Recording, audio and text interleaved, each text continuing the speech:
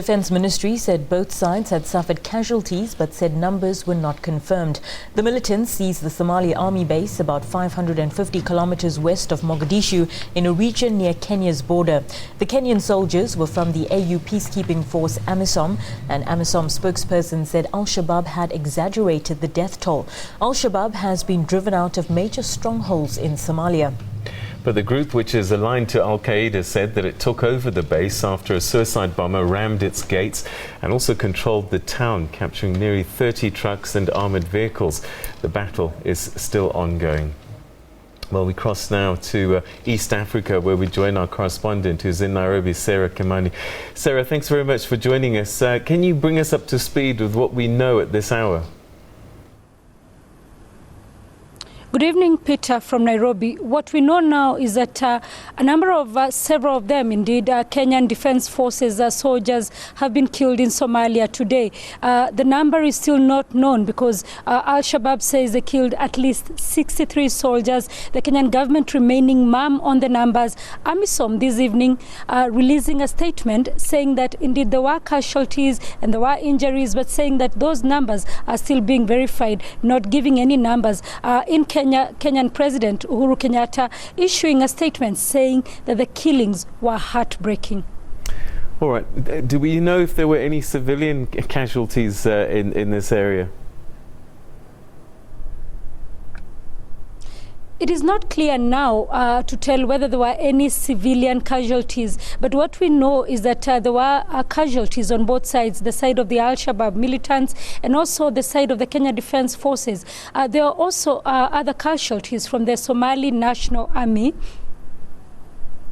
This is because, according to the Kenya Defense Forces, the attack actually started at a base for the Somali National Army, and the Kenya Defense Forces, the troops that were killed, were actually repulsing the Al-Shabaab militants who attacked the Somali National Army base.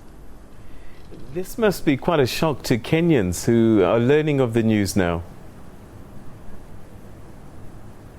It is a shock indeed, because this is the first time that the Kenyan soldiers are receiving such massive casualties. It happened last year to Ugandan troops. It also happened last year to Burundian troops, and now to the Kenyan troops. And so a lot of Kenyans are actually saddened, most of them again coming back to the same issue that they have had, saying that the troops must come back home. But others also going ahead to say, using a hashtag on Twitter. Kenyans on Twitter, as you know, are very vibrant on social media, using a hashtag I stand with KDF. KDF is the Kenya Defense Forces. And has there been any word from the senior ranking officers in the KDF itself?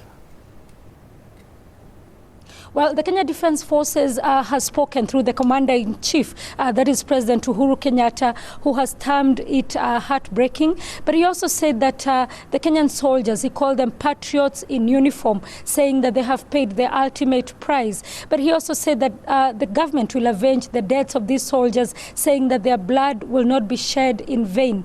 But he said that this is not the time for Kenya to leave Somalia. He says their work is not done and that they will continue to protect both Somalia and also Kenya by having the troops inside Somalia.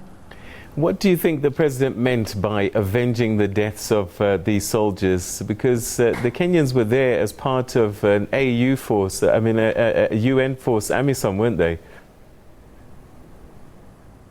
Yes, they are. And what has happened is that immediately the attacks happened, the Kenyan Defense Forces sent in fighter jets into southern Somalia. And for the better part of this afternoon, we understand they have been bombarding areas that they believe are hideouts of the Al-Shabaab militants. And this always happens every time there is an attack on the soldiers or every time there is an attack inside Kenya. Kenya sends in fighter jets. And so this is no different from what has happened. But we also understand that this time they're going to pursue the fighters to their camps inside Somalia.